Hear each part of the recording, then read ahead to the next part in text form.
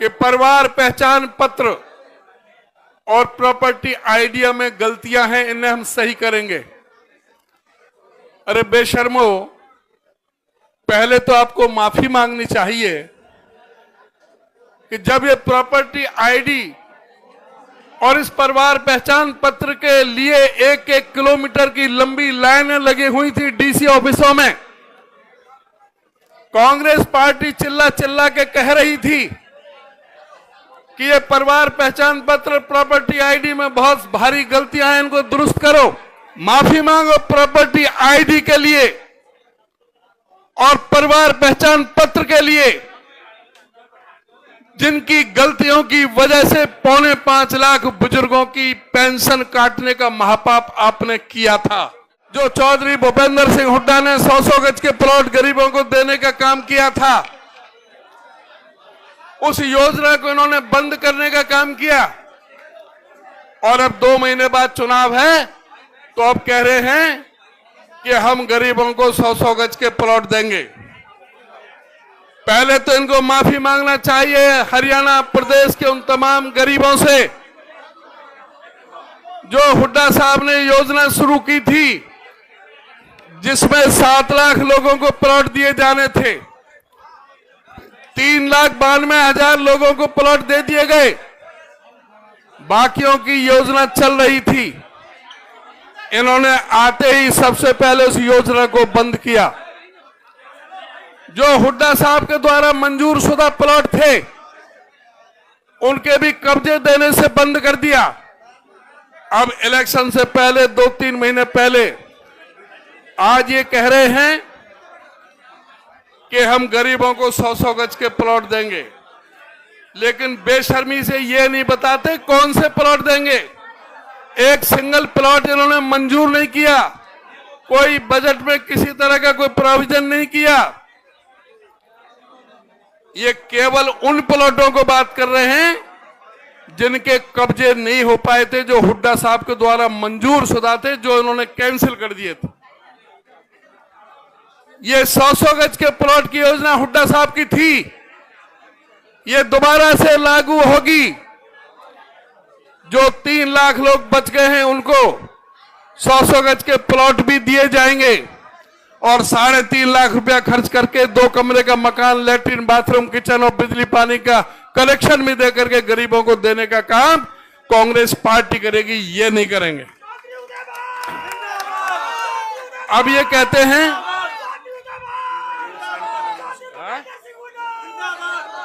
बता देंगे, अब ये कहते हैं कि परिवार पहचान पत्र और प्रॉपर्टी आइडिया में गलतियां हैं, इन्हें हम सही करेंगे। अरे बेशर्मो, पहले तो आपको माफी मांगनी चाहिए कि जब ये प्रॉपर्टी आईडी और इस परिवार पहचान पत्र के लिए 1-1 किलोमीटर की लंबी लाइनें लगी हुई थी डीसी ऑफिसों में, कांग्रेस पार्टी चिल्ला चिल्ला के कह रही थी कि ये परिवार पहचान पत्र प्रॉपर्टी आईडी में बहुत भारी गलतियां हैं, इनको दुरुस्त करो। हरियाणा के सारे अखबार, चाहे हिंदी का चाहे अंग्रेजी का अखबार था, सब बड़े बड़े कॉलम लिख रहे थे कि 90 से 95% इस परिवार पहचान पत्र प्रॉपर्टी आईडी में गलतियां हैं। लेकिन इन्होंने उस तरफ ध्यान नहीं दिया, कान में तेल डाल करके सोते रहे। सबसे पहले तो इनको माफी मांगना चाहिए इस प्रदेश की जनता से कि तुमने जब नहीं माना और जो आपने एजेंसी हायर की थी इस परिवार पहचान पत्र प्रॉपर्टी आईडी के लिए, उसको सैकड़ों करोड़ रुपए आपने हमारे खजाने से दिए हैं। उन एजेंसियों के खिलाफ क्यों नहीं मुकदमे दर्ज किए गए? उन एजेंसियों को क्यों नहीं ब्लैक लिस्ट किया गया?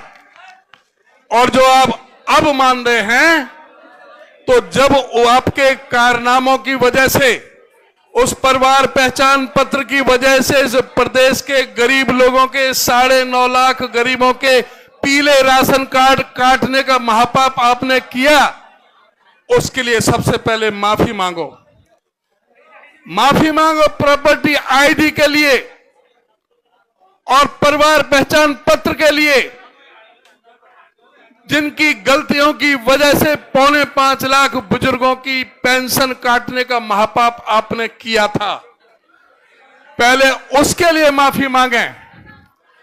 आपने कोई काम किया नहीं, प्रदेश के अंदर कोई काम किया नहीं, पूरी तरह से सरकार अपने कामों में विफल रही है। शिक्षा का, एजुकेशन का भट्टा बिठा दिया, स्वास्थ्य का भट्टा बिठा दिया और इस प्रदेश को कर्ज के जाल में फंसा के रख दिया था। जब हुड्डा साहब ने इनको सत्ता सौंपी थी, उस समय 70,000 करोड़ का कर्जा था हरियाणा पर, जो आज बढ़कर 4,51,800 करोड़ का कर्जा हो चुका है।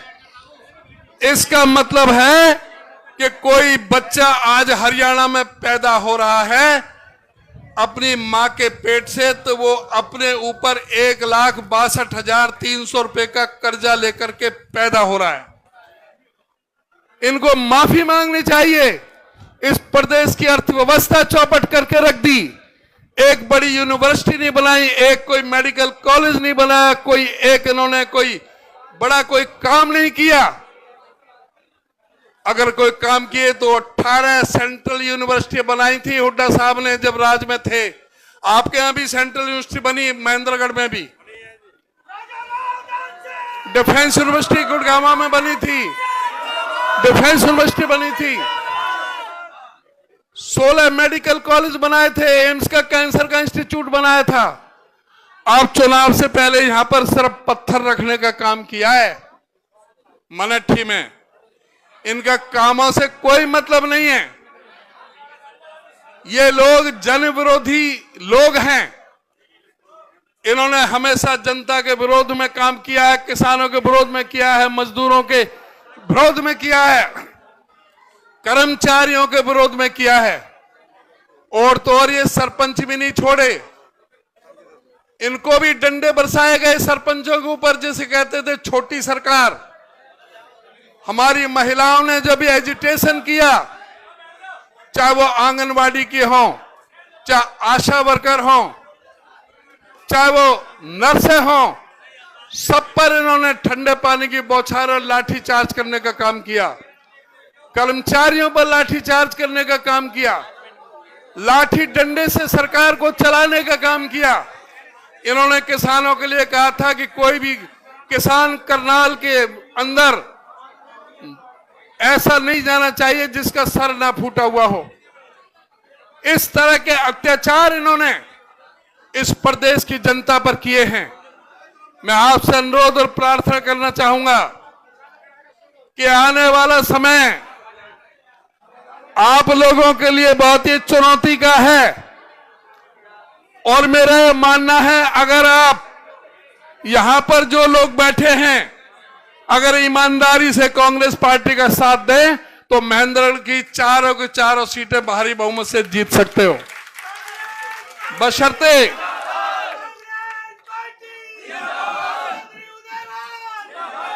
बशर्ते आपको इन जुमलेबाजों से बचना है और आपस की एकता बना करके रखनी है।